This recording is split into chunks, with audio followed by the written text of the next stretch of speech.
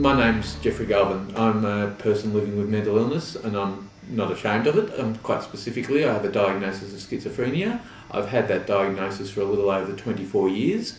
I've lived on medication for that 24 years with sometimes dire side effects. Things have improved immensely in my life over the last 10 years. Somewhere along the line the spark happens, that spark that is the recovery that you see at the end of the tunnel, and things begin to get better. I haven't had a major relapse for a long, long time. I haven't been hospitalised since my first 2 hospitalisations, so it's been not smooth sailing, but it's been a steady increase in quality of life, most certainly. When I first thought of returning to employment, one of the biggest hurdles was the confidence I needed. I had unfortunately been out of work for 15 years. I'd missed the PC revolution. There were lots of things I didn't know, and I had to actually put my feet in the pool to convince myself that I could go back to work without falling unwell. A baptism of fire. I went into a commercial kitchen just as a kitchen hand. I survived about 6 months, which wasn't bad for an industry where people sometimes walked out after 2 days. So that in itself told me I could survive at work without falling unwell.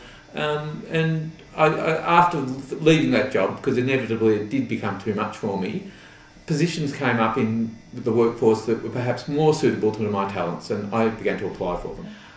When I began to apply for positions in the consumer workforce, my first move was to go to a disability employment service, or as they were known back then, a disability employment network provider. I had no idea how to put together a modern resume. When I'd retired from the public service, we were still doing them on biro because you didn't want the typing pool to read your personal details. And you could put in an application with a biro-written resume. Of course, you'd be laughed at now if you tried to do that.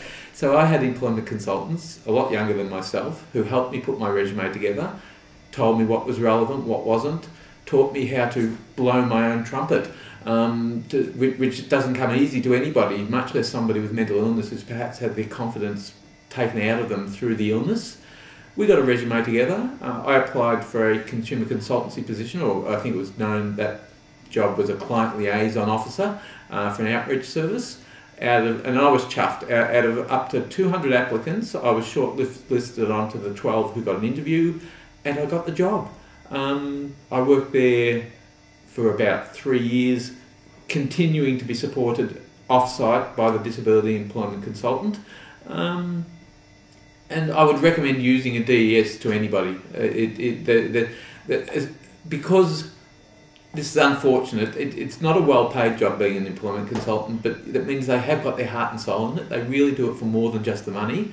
They're often young folk who really know the current state of affairs, and if you've been out of work for 10, 15 years, which many consumers my age have, you need somebody with the younger perspective of the knowledge of what the workforce is these days.